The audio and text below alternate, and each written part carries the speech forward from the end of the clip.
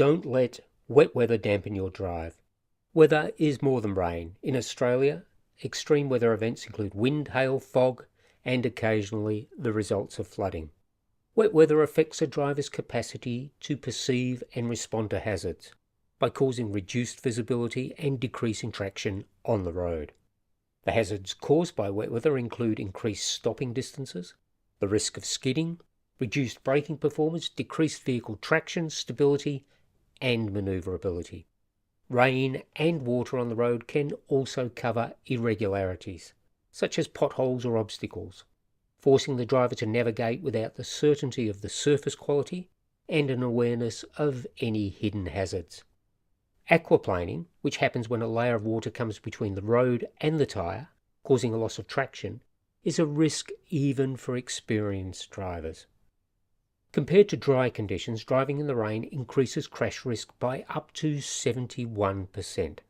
Drivers usually reduce speed when driving in wet weather, but studies show it's not enough to compensate for poor visibility and reduced traction.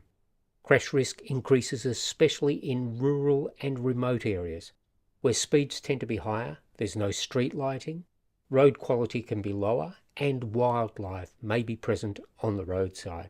In foggy conditions, the view ahead can be obscured so much that it can be difficult to determine how far away other vehicles are and how fast they're travelling.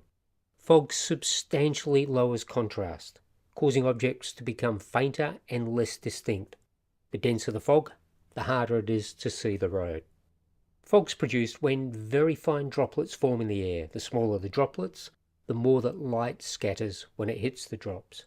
For this reason, it's not recommended to use your high beam lights in foggy conditions. The high beam will scatter more light back to your eye and impair your vision. Periods of low visibility have been associated with a higher likelihood of crash increase, even when there's less traffic and travel speeds are lower. As a driver, how can you limit your risk? Slow down and increase following distances from 2 to at least 4 seconds. To reduce your speed, take your foot off the accelerator. Hard braking could cause the vehicle to skid. Turn headlights to low beam. High beam should only be used when driving on dark, unlit roads without oncoming traffic. And minimize your distractions and focus on the road. If required, pause your music, end a conversation, or stop any secondary activities.